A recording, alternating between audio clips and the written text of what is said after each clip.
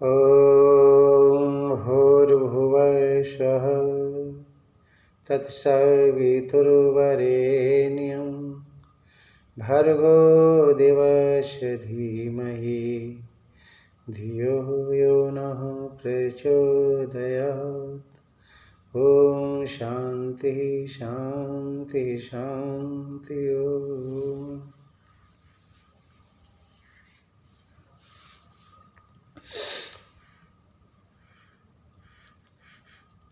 आप सभी को सादर नमन।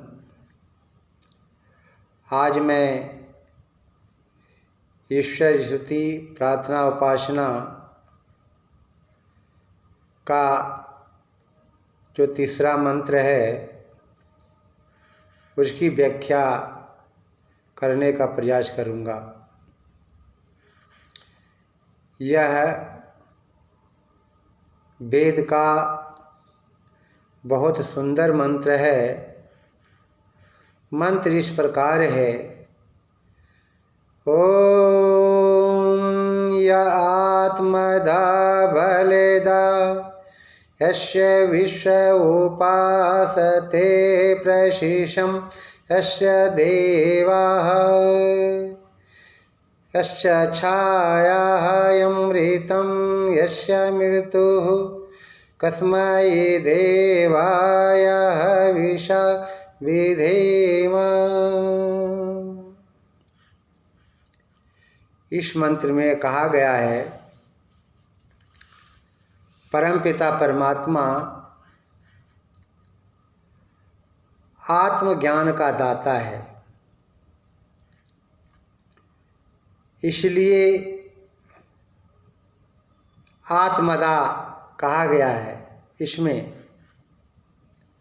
आत्मदा का अर्थ होता है परमपिता परमात्मा आत्मज्ञान का दाता है। वह सभी मनुष्यों की आत्मा में प्रकाश देता है, आलोक प्रदान करता है। जब मनुष्य किसी प्रकार का कोई गलती कार्य करता है तो उस समय ईश्वर उसे आगाह करता है, सचेत करता है और कहता है मनुष्य तुम गलत करने जा रहे हो। आत्मा में एक आवाज़ आती है, यह अमुक काम जो करने तुम जा रहे हो गलत है।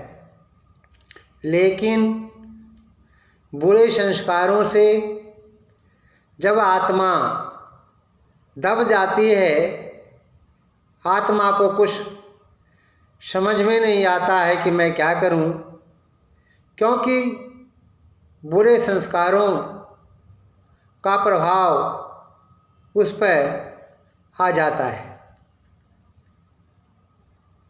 तो वह ईश्वर बहुत दयालु है। जो मनुष्य ईश्वर की उपासना करता है उसका कल्याण हो जाता है। इसलिए ईश्वर आत्मदा है। आत्मदा का मतलब आत्मज्ञान का दाता है। इसके बाद अगला शब्द जो है वह है बलदा। वह परमपिता परमात्मा शारीरिक तथा सामाजिक बल का दाता है।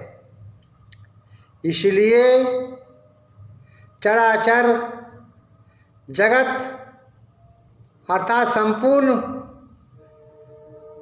चराचर जगत, संपूर्ण चराचर जगत, चाहे वह अचर हो या अचर हो, सभी ने ईश्वर की उपासना किया है। अर्थात सभी चर और अचर ये जितने भी पदार्थ हैं सभी ईश्वर की उपासना करते हैं। इसलिए वह परमपिता परमात्मा दयालु है।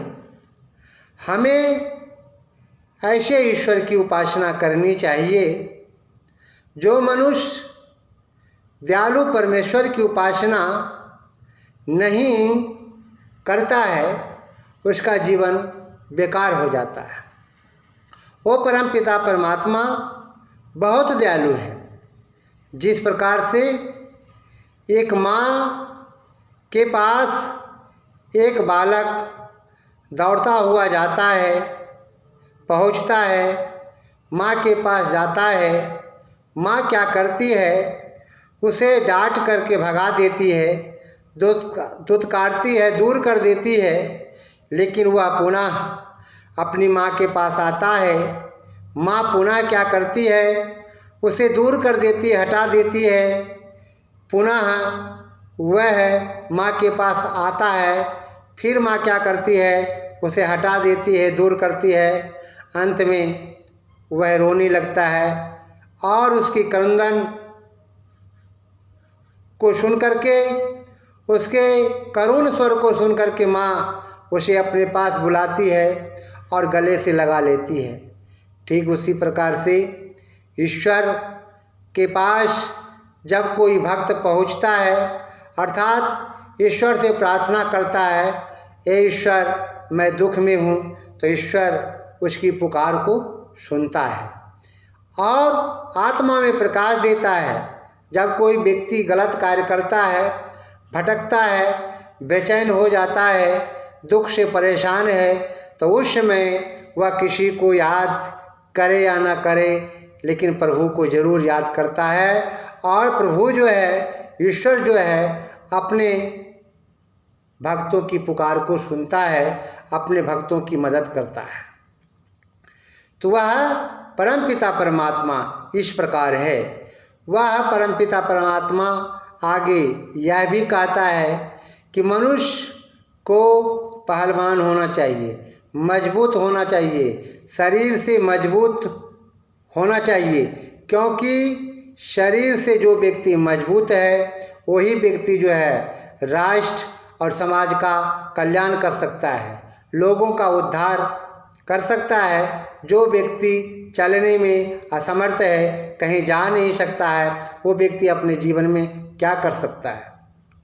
आगे ये कहा गया है कि ऐसे व्यक्तियों के द्वारा ही समाज का कल्याण है।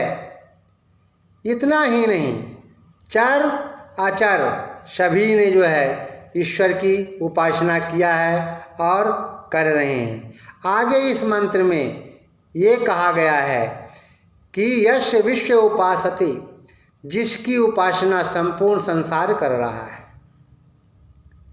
हम नहीं बल्कि संपूर्ण संसार कर रहा है। संपूर्ण संसार को बनाने वाला कौन है? वह परमपिता परमात्मा है। फूल को किसने बनाया? फूल में सुगंध किसने भरा है? तो परमात्मा ने भरा है। समुद्र किसने बहाया है? परमात्मा ने बहाया है। नदियाँ बह रही है, किसकी कृपा से बह रही है? किसकी शक्ति से बह रही है? प्रभु की कृपा शक्ति से बह रही है। पृथ्वी चल रही है, किसकी कृपा से चल रही है? किसकी शक्ति से चल रही है? तो परमेश्वर की शक्ति से चल रही है। सूरज सारे संसार को प्रकाशित कर रहा है, आलोकित कर रहा है। किसकी शक्ति से आलोकित हो रहा है? ईश्वर की शक्ति से आलोकित हो रहा है यह सूरज। तो कहने का आशय ये है कि ऐसे दयालु परमेश्वर की उपासना जो है, ऐसे विश्व उपासते, जिसकी उपासना संपूर्ण संसार करता है, और परिशिषम यश देवा, और जिसकी महिमा को देवा अर्थात विद्वानों ने भी स्वीकार किया है। परिशिषम का अर्थ क्या होता है? परिशिषम का अर्थ शासन और शिक्षा। परमेश्वर के शासन और शिक्षा को जो है विद्वानों ने भी स्वीकार किया है, इसलिए परमेश्वर दयालु है। आगे ये मंत्र यह भी कहता है अच्छा छाया यस्य छाया अमृतम, अर्थात जिसकी छाया अमृत रूपी गोद है। जिसका आश्रय अमृत रूपी गोद है। जब मनुष्य भटकता है, बेचैन हो जाता है, परेशान हो जाता है, उस समय वो किसी को नहीं पुकारता, केवल परमेश्वर को याद करता है, ईश्वर को याद करता है। इसलिए क्योंकि परमेश्वर की गोद जो है वो छाया की गोद है, आराम की गोद है। कहीं आराम मिले ना मिले, परमात्मा की गोद में आराम जरूर मिलता है। जिस प्रकार से जब कोई व्यक्ति गर्मी से परेशान हो जाता है, देखता है कहीं ठिकाना नहीं है, तो वो नदियों के किनारे पहुंचता है और नदियों के किनारे पहुंच करके वहाँ शीतल जल का आनंद लेता है। शीत लहरी चलती है और फिर आनंद लेता है और व्यक्ति ये कहता है मैं आनंद का अनुभव कर रहा हूँ। समुद्र के किनारे जब व्यक्ति पहुँचता है, बैठता है, तो समुद्र की लहरें जो है उन्हें आनंद प्रदान करती है। कहने का आशय है ठीक उसी प्रकार से मनुष्य जब परेशान हो जाता है तो क्या करता है, परमेश्वर के आश्रय रूपी गोद में जाकर के अपने को आनंद का अनुभव करता है, अपने को महान समझता है, अपने को भाग्यशाली समझता है और कहता है मुझे आनंद आ रहा है। लेकिन जैसे ही मनुष्य परमात्मा की गोद से दूर हो जाता है, अस्य मृत्यु अर्थात दुख का कारण। कहने का आशय है जैसे मनुष्य परमात्मा से दूर होता है, वही व्यक्ति भी दुखित हो जाता है और दुख का हेतु हो जाता है।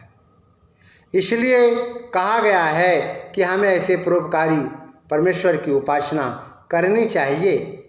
जो व्यक्ति परमात्मा के आदेश का पालन नहीं करता है, जो मनुष्य परमात्मा के शासन को नहीं मानता है, जो मनुष्य परमेश्वर की शिक्षा को नहीं मानता है, वो व्यक्ति दुखी हो जाता है और दुखी होकर के इतना परेशान हो जाता है, अंत में कोई आत्महत्या कर लेता है, कोई दुख में ही रह करके अपने को खत्म कर लेता है।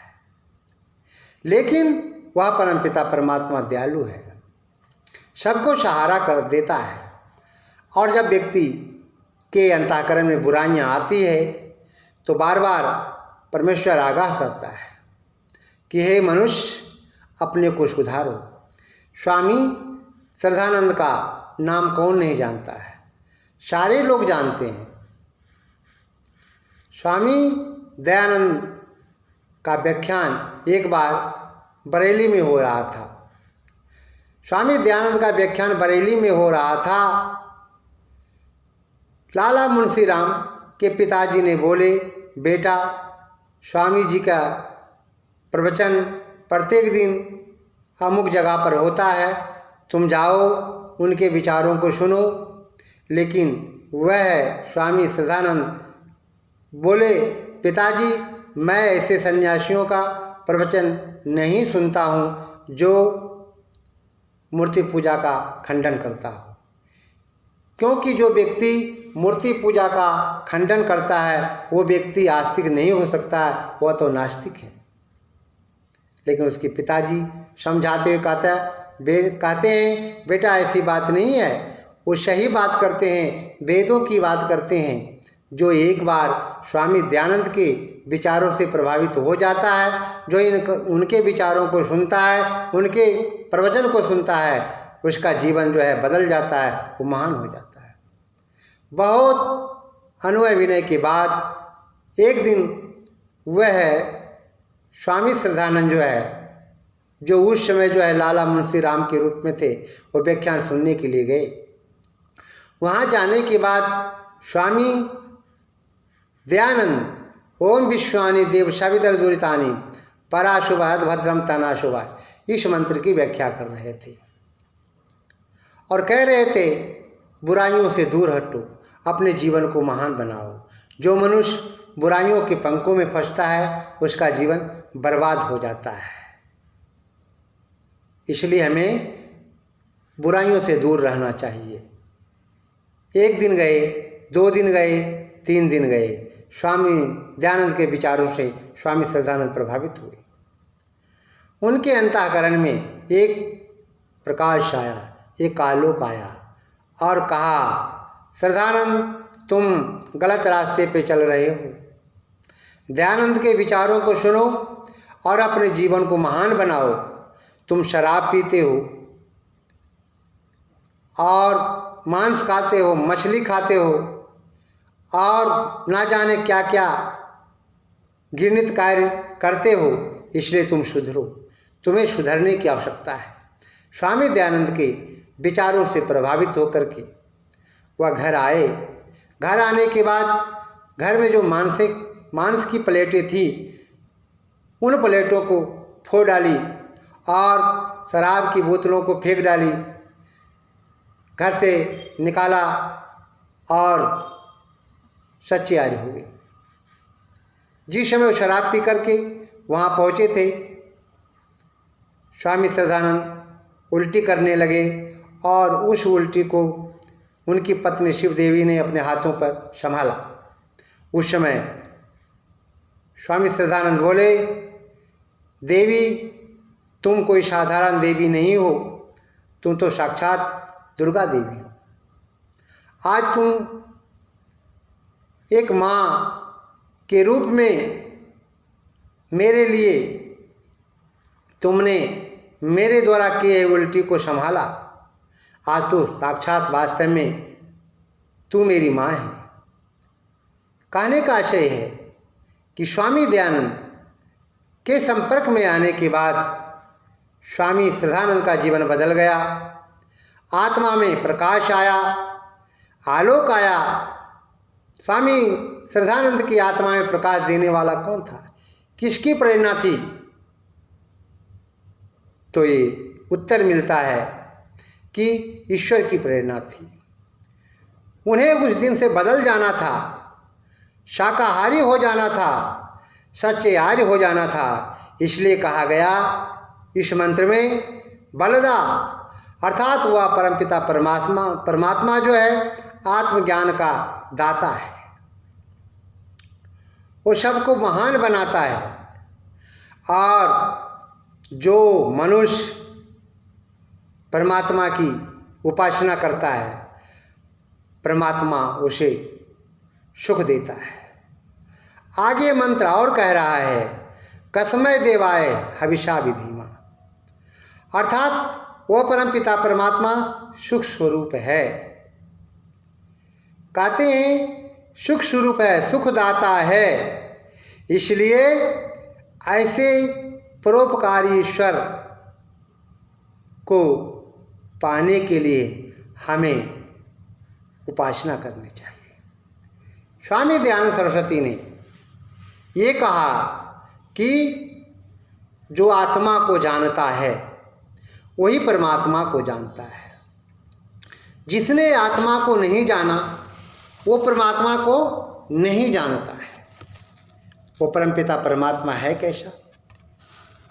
वो वास्तव में अत्यंत दयालु है।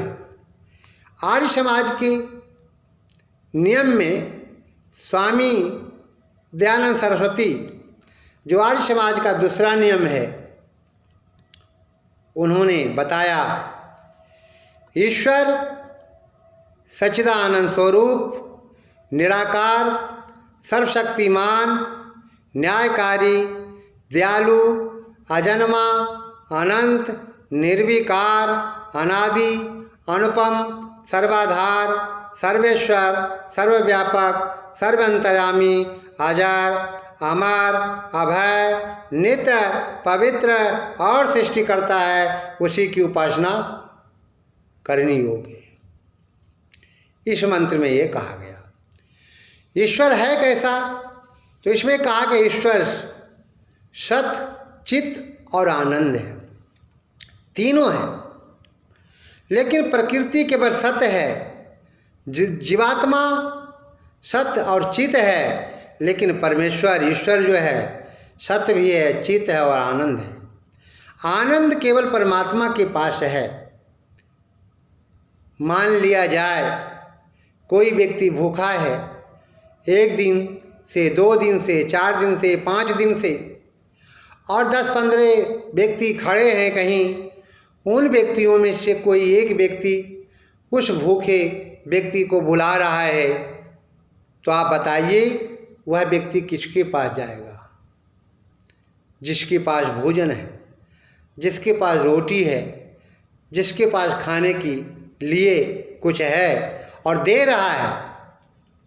माना कि सभी व्यक्तियों के पास खाने के लिए है, लेकिन कोई देना नहीं चाह रहा है, उन व्यक्तियों में केवल एक ही देना चाह रहा है, तो जो व्यक्ति देगा भूखा व्यक्ति उसी के पास जाएगा और उसे आनंद रूपी रोटी मिलेगी, और फिर रोटी खा करके वो तृप्त हो जाएगा और उस व्यक्ति को धन्यवाद देगा। अरे दुनिया के लोगों, एक भूखा व्यक्ति जब किसी व्यक्ति के पास पहुंचता है, वह उसे रोटी देता है, वह उसे धन्यवाद देता है, तो परमात्मा ने मनुष्य को तो इतना सुंदर मानव का चोला दिया है, आंखें दी है, नाक दी है, मुंह दिया है खाने को, और नाक श्वास लेने के लिए, और सुंदर शरीर दिया है। जिस परमपिता परमात्मा ने इतना सुंदर शरीर दिया है, हम उस परमपिता परमात्मा की भक्ति सुबह शाम आधा घंटा या 1 घंटा बैठ करके नहीं कर सकते हैं। दुर्भाग्य है, धिक्कार है ऐसे जीवन को जिस परमपिता परमात्मा ने हमें इतना सुंदर चोला दिया है और हम शाम को सुबह को बैठ करके ईश्वर का चिंतन नहीं कर सकते हैं, ईश्वर की भक्ति नहीं कर सकते हैं, उसे याद नहीं कर सकते हैं, तो धिक्कार है ऐसे जीवन को। क्योंकि मनुष्य का जीवन जो है कर्म योनि पर टिका हुआ है। मनुष्य का जीवन कर्म योनि है और पशु का जीवन भोग योनि है, दोनों में अंतर है।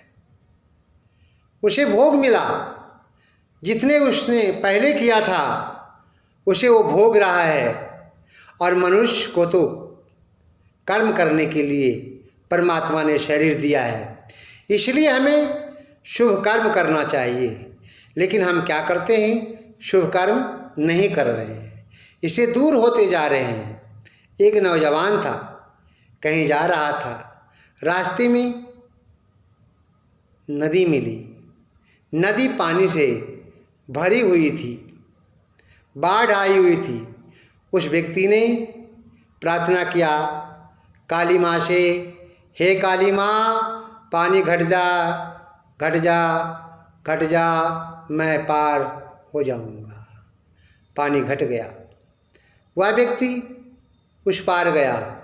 उस पार जाने के बाद कुछ दूर चलने के बाद एक नदी और मिली, उसमें भी पानी था। फिर उसने काली माँ से प्रार्थना किया, काली माँ, पानी घट जा, मैं 10 रुपये का प्रसाद तुम पर चढ़ाऊँगा। पानी घट गया, वह व्यक्ति उस पार गया, और उस पार जाने के बाद कहा, अरे मैंने तो ऐसे ही कह दिया था, मैं तो मौखिक रूप में कह दिया था, लेकिन समस्या उसके सामने आ गई। वह फिर आगे बढ़ा। आगे बढ़ने के बाद तीसरी नदी मिली, उसमें भी पानी था।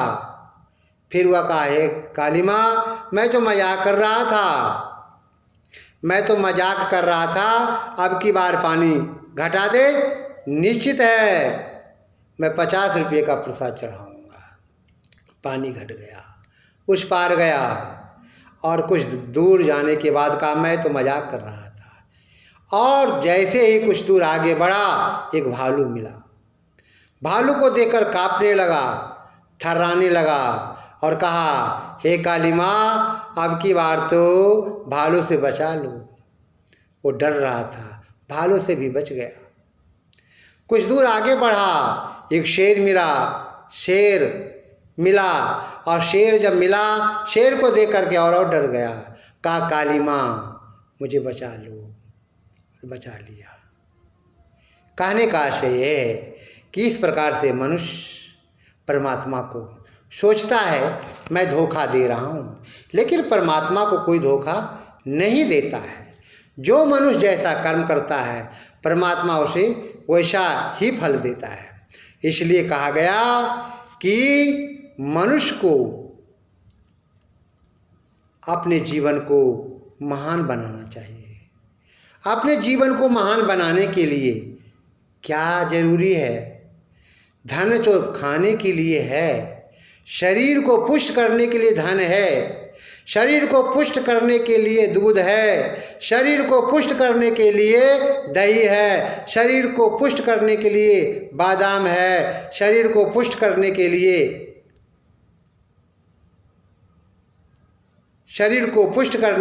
बादाम है, शरीर को पुष्ट करने के लिए अखरोट है, और शरीर को पुष्ट करने के लिए अनेक प्रकार के मेवा भी जरूरी है। लेकिन आत्मा को पुष्ट करने के लिए क्या है? आत्मा को पुष्ट करने के लिए एक ही है। वह क्या है? आत्मज्ञान।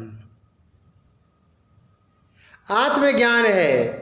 जब तक आत्मा में प्रकाश सत्य का नहीं होगा तब तक आत्मा का कल्याण नहीं होगा। जब आत्मा का कल्याण नहीं होगा तो मानव जीवन का कल्याण नहीं होगा। इसलिए वो संसार के मनुष्यों, यदि वास्तव में तुम अपने जीवन को महान बनाना चाहते हो तो सर्वप्रथम आत्मा का कल्याण करो। इसलिए इस मंत्र में कहा गया है, क्या कहा गया है? आत्मदा। वह परमपिता परमात्मा आत्मज्ञान का प्रदाता है, आत्मज्ञान का दाता है। तो आत्मज्ञान का दाता कैसे है? जब आप अर्थात हम लोग उस ईश्वर की उपासना करेंगे तभी तो परमेश्वर हमें महान बना सकता है। और आगे कहा गया, वेद ही स्पष्ट करता है कि आत्मशाली व्यक्ति ही समाजों का निर्माण कर सकता है, राष्ट्र का कल्याण कर सकता है। जिसकी आत्मा शुद्ध नहीं है, जिसकी आत्मा पवित्र नहीं है, पुनीत नहीं है, वो व्यक्ति समाज को अच्छा दिशा नहीं दे सकता, समाज को सुमार्ग नहीं बता सकता, क्योंकि स्वयं गिर जाएगा। किसी माँ बहन की सौंदर्य को देख करके आदमी नीचे हो जाता है, पतित हो जाता है। अरे दुनिया के लोगों, संसार के सभी माँ बहनों को अपनी माँ बहन की दृष्टि से देखो और तभी आत्मा का कल्याण होगा। आत्मा का तभी कल्याण होगा। और आत्मा के कल्याण के लिए जो है ईश्वर की उपासना जरूरी है। और ईश्वर की उपासना जो व्यक्ति करता है उसी व्यक्ति का हृदय पवित्र होता है और उसी व्यक्ति के द्वारा समाज और राष्ट्र का कल्याण होता है। आगे कहा गया, स्वामी दयानंद सरस्वती ने आर्य समाज के चौथे नियम में लिखा है, सत्य के ग्रहण करने और असत्य के छोड़ने में सर्वदा उद्यत रहना चाहिए। सत्य को सत्य बोलो, सत्य को सत्य कहो, रोटी को रोटी कहो, गेहूँ को गेहूँ कहो, चावल को चावल कहो, ये सत्य है। लेकिन कोई व्यक्ति गेहूँ को चावल माने, चावल को गेहूँ माने, ये सत्य नहीं है। तो स्वामी दयानंद सरस्वती ने कहा कि वेद सत्य है, वेद के सिद्धांतों को अपने जीवन में अपनाओ। और जो व्यक्ति वास्तव में वेदों के सिद्धांतों को अपने जीवन में अपनाता है उसका कल्याण हो जाता है। स्वामी दयानंद ने आगे और लिखा, छठे नियम में क्या लिखा है समाज के? संसार का उपकार करना। संसार का उपकार करना इस समाज का मुख्य उद्देश्य है, अर्थात शारीरिक, आत्मिक और सामाजिक उन्नति करना। स्वामी दयानंद ने सर्वप्रथम शरीर बल पे विशेष ध्यान दिया है। शरीर बल आप में है, शारीरिक बल आप में है, तब आत्मा का विकास होगा। यदि आप शरीर से दुर्बल है तो साधना करने में भी मन नहीं लगेगा। इसलिए स्वामी दयानंद ने कहा कि ब्रह्मचर्य का पालन करो और ब्रह्मचर्य के पालन के द्वारा अपने शरीर की रक्षा करो। शरीर बल बढ़ाओ, शारीरिक बल बढ़ाओ, और शारीरिक बल बढ़ने से फिर क्या होगा? आत्मा का विकास होगा। आत्मिक विद्या का विकास होगा, आध्यात्मिक विद्या का विकास होगा, आध्यात्मिक विकास होगा, और जब व्यक्ति का आध्यात्मिक विकास होगा तो वही व्यक्ति समाज का कल्याण कर सकता है। स्वामी दयानंद सरस्वती में ये तीनों गुण मौजूद थे। शरीर से भी पुष्ट थे, आत्मिक विद्या से पुष्ट थे, आत्मिक बल से भी मजबूत थे, और फिर जब आत्मिक बल मजबूत है, शारीरिक बल मजबूत है, तो समाज की सेवा करने से कोई रोक नहीं सकता है, और तभी समाज की सेवा हो पाती है। इसलिए संसार के मनुष्यों, परमपिता परमात्मा ने जो हमें ज्ञान दिया है, वो ज्ञान का प्रादुर्भाव वेदों से मिला है, वेदों से हुआ है। और मनुष्य का कल्याण कैसे होगा? जब मनुष्य अपने आत्मा को पवित्र बनाएगा, और पवित्र आत्मा में ही सद्बुद्धि का विकास होगा, और सद्बुद्धि विकास से मनुष्य का निर्माण होगा, और जब मनुष्य का निर्माण होगा तो समाज का कल्याण होगा, राष्ट्र का उत्थान होगा। इसलिए कहा गया है कि ऐसे परोपकारी ईश्वर की हम उपासना करें, जैसा कि इस मंत्र में कहा गया है कि यस्य विश्व उपासते प्रशिषम यस्य देवः, अर्थात विद्वानों लोगों ने भी ऐसे ही परोपकारी ईश्वर की उपासना की है, और आप भी करें, हम भी करें। विशेषणा कहता हुआ अपनी वाणी को यहीं पर विराम देता हूँ। इति ओम।